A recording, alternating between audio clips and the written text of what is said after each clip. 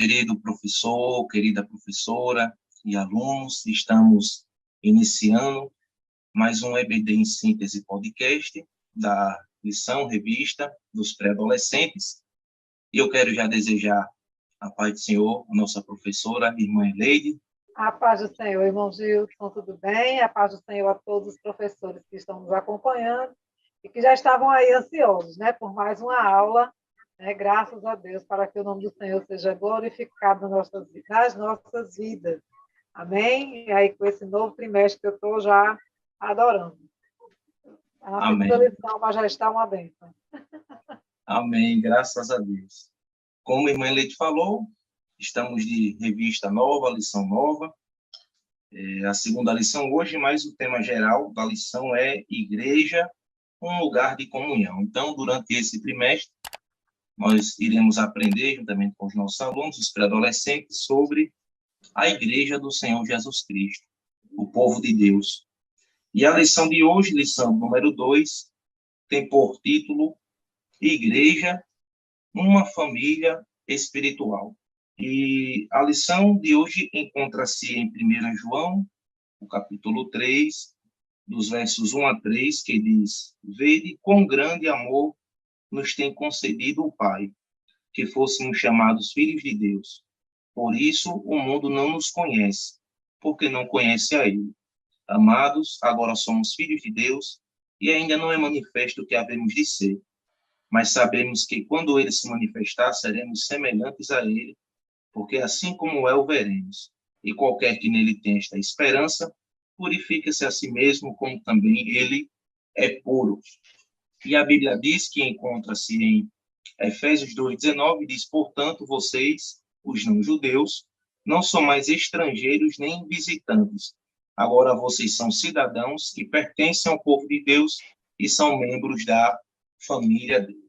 Então, hoje nós iremos estudar sobre a igreja ser uma família espiritual para os crentes. Nós vamos ver isso, vendo o que é o corpo de Cristo, o porquê que somos a família de Deus e quem é o nosso Pai. Mas, antes de tudo, queria ouvir uma dica pedagógica pela nossa irmã Leide, professora. Amém, amém. E assim, quando o professor chega na escola dominical, é claro que ele já orou pelos seus alunos, né? É claro que ele já fez já estudou a lição, e aí nada melhor do que começar a aula já causando curiosidade, né, nos seus alunos, causando já aquele impacto para ele ficar ali se perguntando o que é que vai acontecer de especial naquele dia. E aí, para a nossa dica pedagógica, né, do dia, a ideia é a gente causar no nosso aluno aquela comoção de que o outro é necessário. Então, o que é que a gente vai fazer? A gente vai pegar desenhos de partes do corpo humano, mãos, cabeça, braço, tudo separado, né? Coloca lá tudo separado, pede para que eles escolham, ou o professor mesmo já pode escolher e entregar para cada um uma parte e deixar eles curiosos. Eles vão ficar loucos, professor, o que é isso, o que é isso, né? Mas quando todos estiverem postos lá dos seus membros, aí sim, aí o professor vai perguntar a cada um deles para que serve cada membro. A mão, para que serve o braço, para que serve a cabeça, para que serve o pé, a perna, né? E eles vão dizer, aí a professora vai refletir com eles nesse momento, né?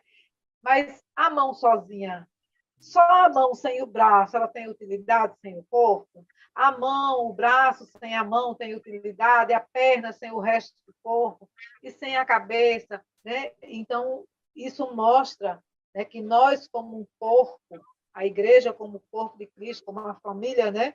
Como diz a lição, né? A família espiritual, né? Assim somos nós também. Como uma família espiritual, cada um de nós tem uma utilidade. E sem o corpo, que é a estrutura da igreja, não temos nenhuma utilidade, não temos nenhuma serventia. E, é claro, esse corpo só funciona porque tem uma cabeça, não é? e a cabeça é Cristo. E aí, essa é a reflexão inicial, né, para iniciarmos a nossa aula. Para o fim, esta mesma lição, para o fim da aula, nós ainda temos um complemento dessa atividade, mas inicialmente é o que o professor vai fazer. Está lá com cada membrozinho do corpo e vai refletir junto com os alunos a importância individual de cada membro, mas também a necessidade desse membro estar dentro de uma coletividade, porque senão ele não tem utilidade nenhuma, não é verdade? É verdade. E eu tenho certeza, Imaeli, que os alunos eles vão amar essa dica pedagógica e eles vão aprender muito com ela. Começar a aula sobre esse tema. Com essa dica pedagógica, iniciar com chave de ouro. Vai dar certo. Eles vão captar, eles vão compreender e o restante da aula, com certeza, vai ser muito proveitosa. Diz o apóstolo Paulo de que serve, né? O corpo, se ele fosse só ouvido, se ele fosse só boca, né? Não teria utilidade nenhuma. Um corpo que é só ouvido, só boca, só mão, não. Nós temos uma variedade de órgãos de utilidade. E essa variedade é que faz a beleza da igreja. Isso mesmo. E o apóstolo Paulo, ele compara a igreja com o corpo. A igreja do Senhor Jesus Cristo é comparado, é semelhante a um corpo.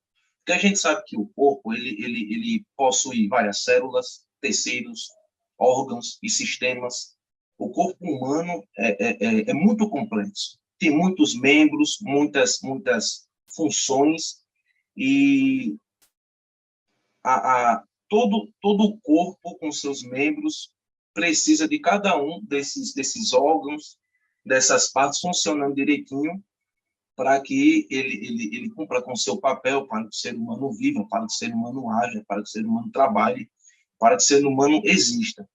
E esse corpo humano formado por vários membros, né, por uma diversidade, faz com que o ser humano seja o ser humano. Do mesmo jeito a igreja. A igreja é composta por diversos membros diferentes, por diversas pessoas diferentes. Ninguém na igreja é igual ao outro. Um é um braço, um é o pé, um é a barriga, e outro é o coração, um é o dedo, outro é a mão. Cada um tem o seu papel, cada um tem a sua função, mas todos eles se juntam e formam o corpo onde Cristo é o cabeça, é a parte principal. Mas Paulo ele faz essa comparação exatamente por isso, porque assim como o corpo precisa de todos os membros, e todos os membros são diferentes uns dos outros, assim é a igreja. A igreja é composta por membros diferentes, e ela precisa que cada membro exerça a sua função. Porque a igreja é um organismo vivo. A igreja é um organismo vivo, então precisa que todos os membros façam cumprido o seu papel e a sua missão. E o interessante é que Deus ele pensou em cada detalhe do corpo. Deus pensou em cada parte do corpo. Todos os nossos órgãos, todos os nossos membros do corpo humano, eles exercem a função. Todos. Isso envolve até os 5 sentidos. Né? Todos se relacionam e faz a gente ser quem nós somos. E do mesmo jeito, Deus pensou em cada crente na igreja, na família espiritual, para exercer uma função. O apóstolo Paulo vai dizer em Efésios que ele escolheu um para apóstolos, outro para profetas, outros para evangelistas, outros para pastores e mestres. Cada um Deus colocou na igreja para exercer uma função. Uns foram chamados para pastorear, outros foram chamados para evangelizar, outros foram chamados para aconselhar, outros foram chamados para cuidar da parte da música, outros foram chamados para cuidar da parte da administração, de tal forma que cada crente tem o seu papel e o seu lugar. E Deus, é interessante a gente pensar nisso e fazer os alunos refletirem sobre isso. Deus pensou em cada crente como parte do corpo. De tal forma que os dons que ele nos dá é para a gente exercer esse papel. Ah, Deus me chamou para ser líder de um departamento durante um tempo. Eu tenho que fazer aquilo. Ah, Deus me chamou para eu ser regente de um conjunto. Eu tenho que fazer aquilo. Deus me chamou para eu evangelizar. Eu tenho que fazer aquilo. E entender que se eu não fizer aquilo, de certa forma, eu vou trazer prejuízo para o corpo. Porque quando Deus projetou aquele corpo, Deus projetou cada crente no seu devido lugar. E a gente tem que estar dentro desse projeto. E uma coisa que a gente precisa fazer eles entenderem logo cedo, isso aqui é um papel muito importante nosso, enquanto professores, nessa lição, que é fazer eles entenderem que cada membro é importante. Isso é um dilema que Paulo já enfrentava na igreja de Corinto. Alguns se achavam mais importantes do que outros, e os que se sentiam inferiorizados tinham problemas de exercerem os seus dons, de exercerem a sua função, que se achavam menores, que se achavam menos importantes. E Paulo vai dizer, inclusive, que os menos importantes, na lógica humana, devem ser os mais honrados. Né? A gente tem que pensar, por exemplo, eu estava até conversando esses dias com algumas irmãs, elas diziam, às vezes, as pessoas que exercem os trabalhos de oração na igreja não são tão valorizados como os outros, que assim são mais evidentes, né? Como, por exemplo, só um exemplo, alguém que prega, só Sim. que sejamos sinceros, o que seria da igreja? O que seria, inclusive, desse pregador? Né? Que enquanto prega, Deus faz maravilhas. O que seria se não fosse essas irmãs orando? Né? Então, assim, eu cada acho que membro... eu acho que menos, inclusive eu falei disso esses dias também, eu acho que menos valor, posso dizer assim, Uhum. menos valor se dá aos professores da Escola Bíblica Dominical, aos membros que compõem o DEDEC. A nós que estamos aqui, né, assim, os professores que estamos assistindo, a gente que está trabalhando. Mas se não fossem os professores da Escola Dominical, né? Como é que ficaria? De um lado, a oração que nos sustenta, do outro lado, o ensino que nos edifica, né? Mas essas Isso. duas áreas, de fato, são áreas que são, assim, de certa forma, é que eu posso dizer, sem visibilidade, né? Não há tanta visibilidade, mas são áreas extremamente importantes e que deveriam ser honradas. Isso mesmo. E a gente tem esse papel domingo na sala de aula, fazer eles entenderem que cada membro, cada um dos crentes que compõem a igreja, essa família espiritual, são importantes. Todos são importantes. Daqueles que são mais vistos aos que são menos vistos. Daqueles que humanamente são mais valorizados, dos que não são tão valorizados assim. Todos para Deus são importantes e todos têm o seu papel. De tal forma que, se, por exemplo, um professor se chateia, eu não estou sendo valorizado Hoje eu em não vou dar aula determinado mais, não. período, hoje eu não vou dar aula. A igreja vai Vai sentir os gerar um trabalhos desconforto no corpo. demais, demais. E todo mundo sente, porque primeiro, vou usar o nosso exemplo, os pré-adolescentes vão sentir, vixe, por que a professora Cadê não o veio hoje? professor? Por que a irmã Eleide não veio hoje? Não, não veio não, então quem vai dar aula é tu. Às vezes acontece isso. Aí bota É, uma pessoa, né, assim, nem se uma pessoa preparou, aí, qualquer. aí vai começar a aula sem essa dica pedagógica, que não tem como começar essa aula sem ela. Aí quando É, já perdeu a aula, aí pronto, no outro domingo, já não vai mais boa parte já, da turma. Então, assim, aí isso vai refletir no culto, porque vão chegar para o pastor para falar para ele porque a professora não veio, aí depois o pastor vai... Enfim, né? vai Cada gerar membro um desconforto no corpo. grande, né? A pessoa, se um dia o pâncreas acorda de manhã e diz assim, hoje eu não vou mais produzir insulina. Diabetes na certa, né? O que Então, seria... é isso aí. A questão da comunhão, né? A comunhão ela é extremamente importante e o propósito, né? A comunhão e a evidência do propósito da formação, da criação daquele órgão, daquele membro, daquela célula, né? Nós temos uma importância, nós temos um propósito, né? E dentro deste propósito, nós temos que evidenciar uma comunhão que dá vida a este corpo e que dá saúde a este corpo, né? E isso é extremamente importante. E a comparação que Paulo faz, ela é extraordinária, porque ele diz assim, lá em 1 Coríntios 12, no verso 12, ele diz assim: ora, assim como o corpo é uma unidade, embora tenha muitos membros, e todos os membros, mesmo sendo muitos, formam um só corpo, assim também com respeito a Cristo.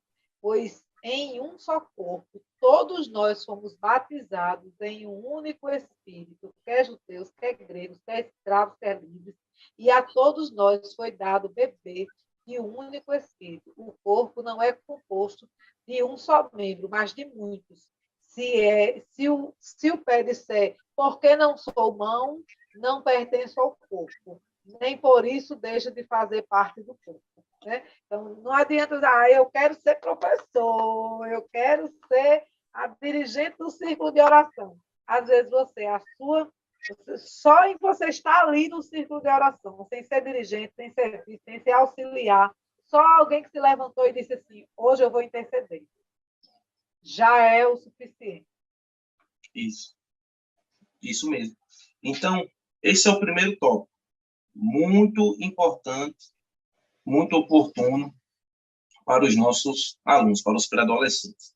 Fazer essa comparação da igreja com o corpo e especificar que Deus foi quem colocou cada um no seu devido lugar, ele pensou em cada detalhe e mostrar que cada membro, cada crente, tem a sua importância no corpo. O segundo tópico fala sobre a família espiritual. Somos irmãos. É até interessante, porque os pré-adolescentes, eles às vezes crescem na igreja, né, acompanhando os pais, e eles não entendem algumas coisas, como, por exemplo, todos os cultos, ou quando os crentes se veem na rua ou em algum lugar, eles dizem, a paz do Senhor, irmão, irmão, ou irmã, ou irmãos no plural. Por quê? E eles precisam entender nessa aula que nós cumprimentamos uns aos outros, chamando de irmãos, porque nós somos uma família espiritual. Nós somos uma família espiritual. Nós somos adotados através do sacrifício de Cristo na cruz do Calvário, quando cremos nele, na família espiritual do Senhor. Jesus é o Filho unigênito, o único Filho que desfruta de um relacionamento ímpar com Deus e que tem a mesma natureza de Deus, mas por causa do sacrifício dele, aqueles que creem em Jesus, que antes eram só criaturas, passam a ser também filhos do Senhor. E aí, todos os crentes que creem em Jesus formam uma família. Independente de não ser família de sangue, família natural, mas nós somos família espiritual. A gente aqui, no Brasil, somos partes de uma família, junto com, por exemplo, os japoneses que creem em Jesus, que estão lá do outro lado do mundo.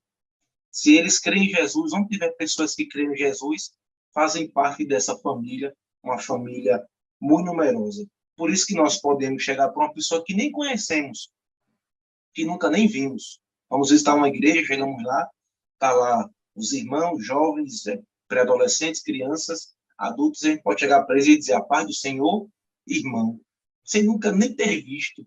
Por quê? Porque nós somos unidos pelo sangue de Jesus Cristo. E nós somos filhos de um mesmo Pai, que é o nosso Deus. Deus é o nosso Pai, que a irmã Elite vai comentar já mais na frente. Mas isso nós precisamos entender, que existe essa família espiritual. Existe essa família. A igreja precisa ser entendida como uma família. A igreja precisa ser entendida como um espaço que nós costumamos chamar de hospital, onde as pessoas entram feridas e saem curadas e saem saradas. A igreja precisa ser entendida como um exército que batalha, que evangeliza, que prega as boas novas, mas também precisa ser entendida como uma família, onde nós nos ajudamos, onde nós nos socorremos, onde um dia eu trago uma palavra de ânimo para a irmã Leide, e no outro dia a irmã Leide traz uma palavra de ânimo para mim. Um dia eu estou forte e fortaleço alguém, um dia eu estou fraco e recebo força de alguém. O apóstolo Paulo, ele também disse, se alegrem com os que se alegrem e chorem com os que choram. O que é isso senão família? O que é isso senão exercer família? Então, nós precisamos ter essa consciência. O quanto antes termos ela, melhor. Entendemos que a igreja é uma família, que nós somos membros de uma família espiritual por causa de Jesus, onde Deus é o nosso Pai, nós somos irmãos uns dos outros, e isso nos leva à comunhão. Isso nos leva a vivermos em koinonia, como a palavra no grego comunhão traz, a expressão koinonia, que é companheirismo, união entre os irmãos na fé em Jesus. Não é isso, Maneira? Amém, é verdade. Aqui em Romanos, no capítulo 8, no verso 15, diz assim: pois vocês não receberam um espírito que os escravize para novamente temer, mas receberam o espírito que os adota como filhos.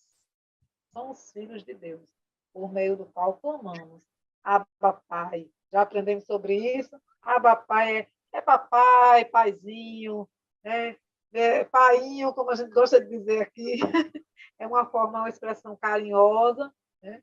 Uma expressão de carinho, uma expressão cultural, que no hebraico quer só dizer pai também, mas de uma aba, né? Mas de uma forma mais carinhosa, como a gente faz aqui, usando várias versões da palavra papai. Né?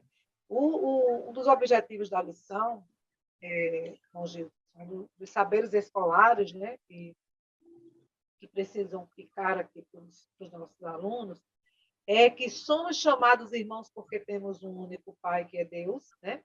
E a comunhão é indispensável para o bem-estar do corpo, como a gente já comunicou aqui. Né? E o último saber escolar aqui somos canais de Deus para o crescimento uns dos outros. Né? E aí, por isso, de fato, nós precisamos estar alinhados como um corpo que funciona de forma saudável, né? Como a gente já disse aqui. Nós precisamos estar envolvidos em uma comunhão familiar, porque nós somos adotados por Deus. E aí, como irmãos, quem é que nunca pegou aquele, né? Ele pega para capar com o irmão e a gente briga pelo biscoito, pelo copo de leite, pela banana. A gente briga por coisas, né, que são absolutamente banais, mas é uma coisa excepcional. O irmão ele não consegue ficar com raiva do seu outro irmão. Ele não consegue viver, mesmo brigando, né? Mesmo na fase da pré-adolescência, porque o pré-adolescente, se ele tiver irmão em casa, ele vai querer dizer o quanto já brigou com o irmão, que já rolaram no bufete, os dois, né? Ou se for menina, eles vão querer contar alguma coisa dessa história, mas eles também vão dizer, e é importante esse testemunho para que a reflexão seja feita. Né? Você conseguiu ficar com raiva do seu irmão? Você conseguiu ficar de mal dele, né? Como se diz?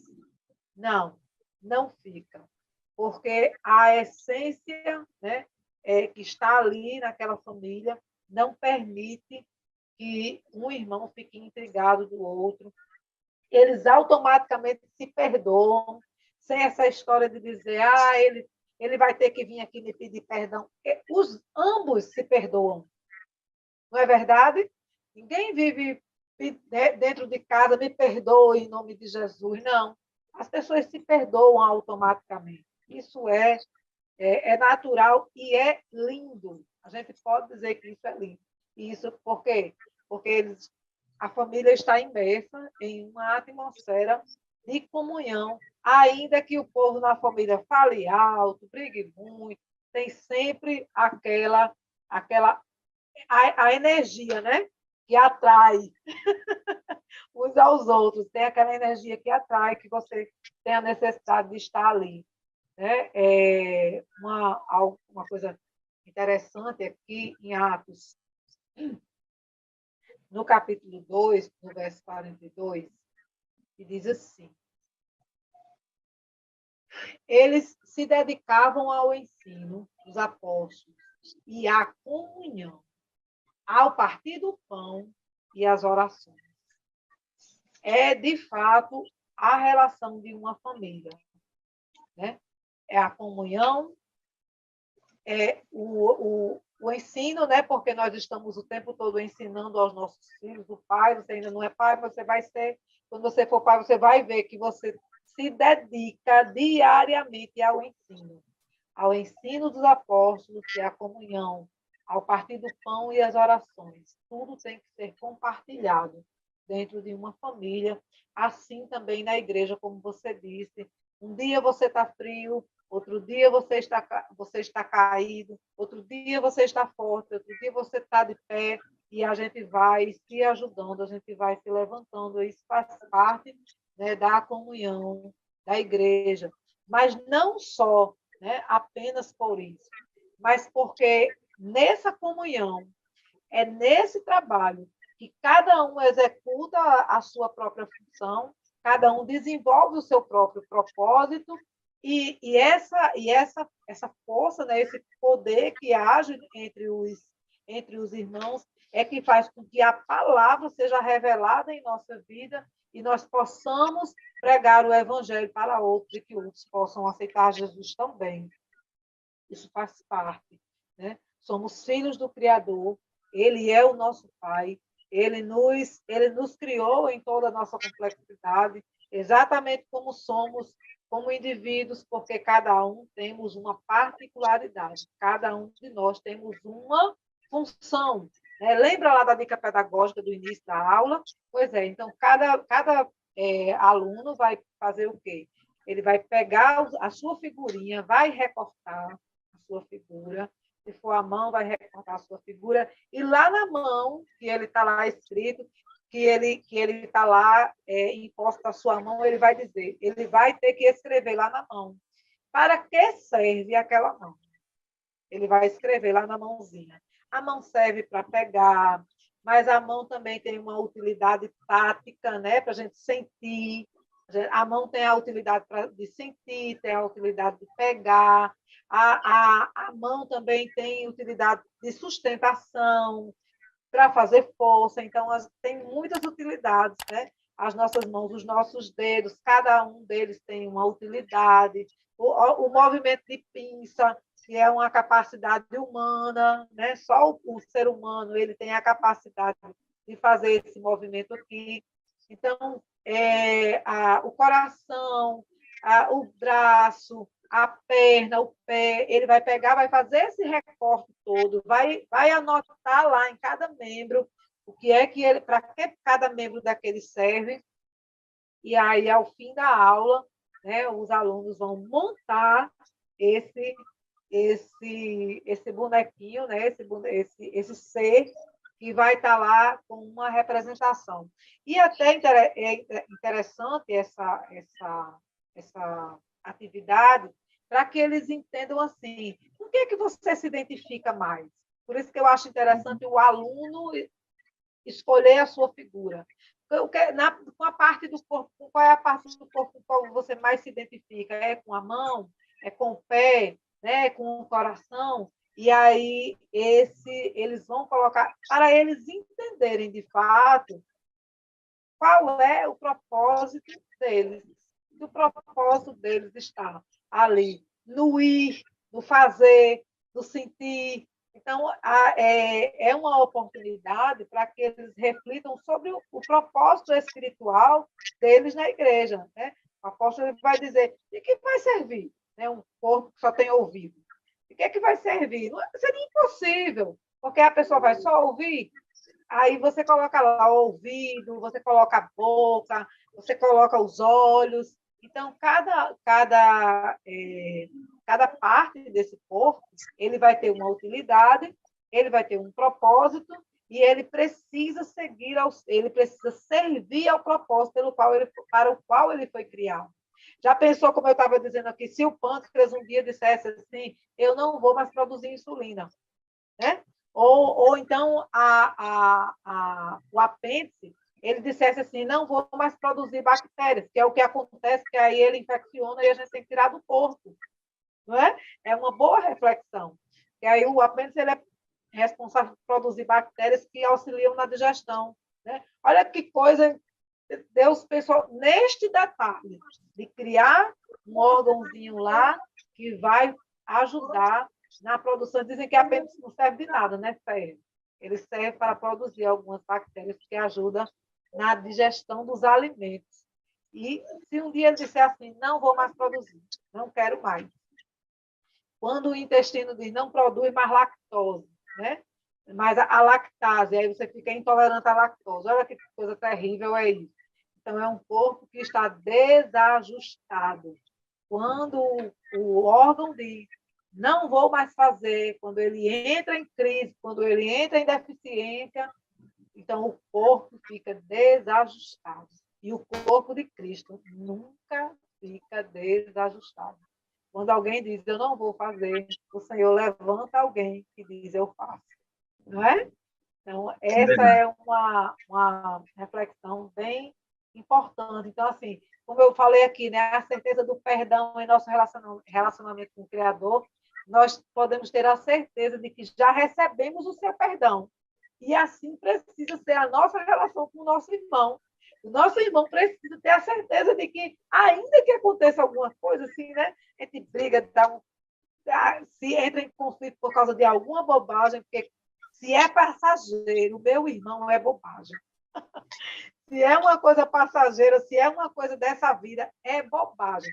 Então, ele precisa saber que ele vai ter o nosso irmão precisa saber que ele já está perdoado em Cristo. Eu preciso saber do meu irmão que eu já estou perdoada e que nós somos livres, né, para exercermos essa comunhão. O apóstolo Paulo também declara que quem está unido com Cristo é uma nova pessoa. Acabou-se o que era velho, já chegou o que é novo. Ou seja, também nessa vida, né, com o Criador, eu acho interessante aqui essa reflexão. Eu tenho uma amiga que ela é transplantada, ela recebeu um pedaço do fígado de alguém, né? É só um pedaço, né? Não é o fígado inteiro. É um pedaço do fígado que a pessoa recebe.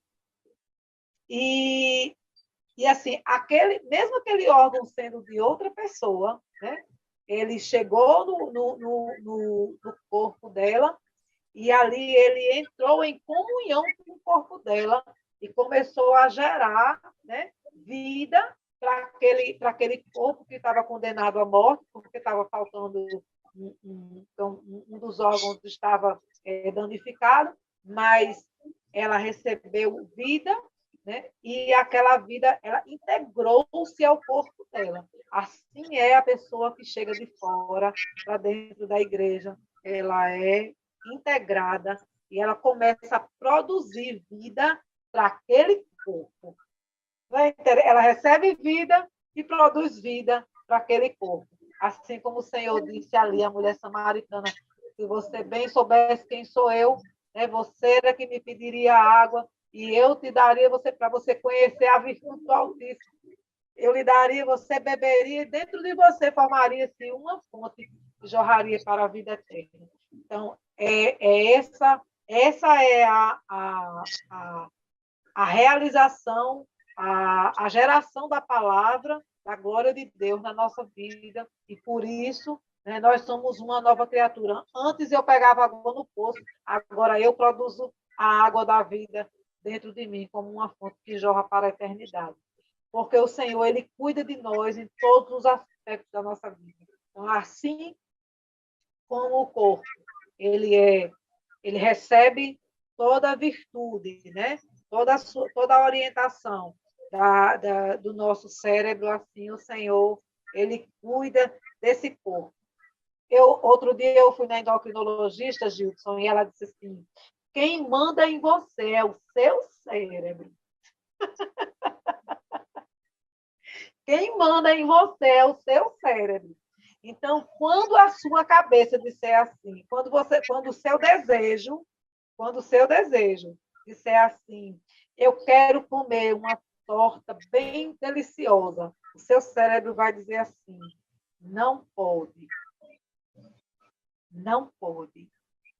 E o seu corpo vai responder, ele vai entender e vai gerar saciedade no seu corpo. Você vai ter aquela sensação de saciedade quando o seu cérebro disser para o seu corpo, não pode.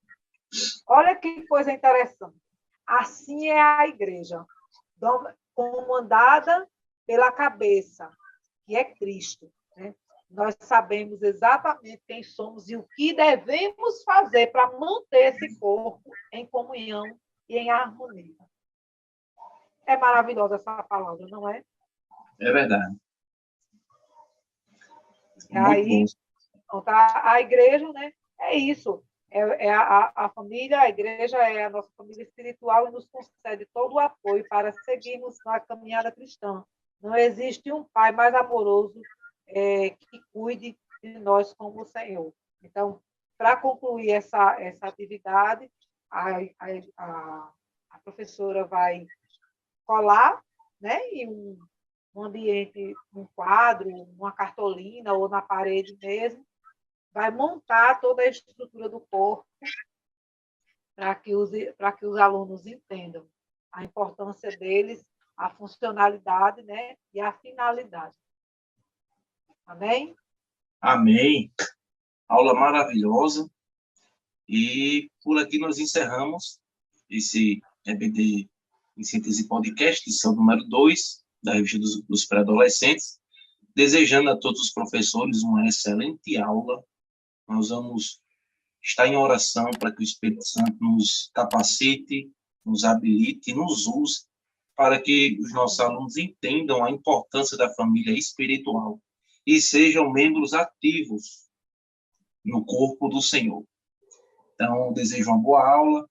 Fique com Deus, a paz do Senhor. Paz do sua irmã Leide. A paz do Senhor, né? Estamos apenas começando. O trimestre está começando e já começou maravilhosamente. Eu desejo a todos os professores e a todos os alunos que nos acompanham uma excelente aula e um trimestre aí de vitória para nós, em nome de Jesus. Amém? Paz do Senhor. A paz do Senhor, querida. Até a próxima.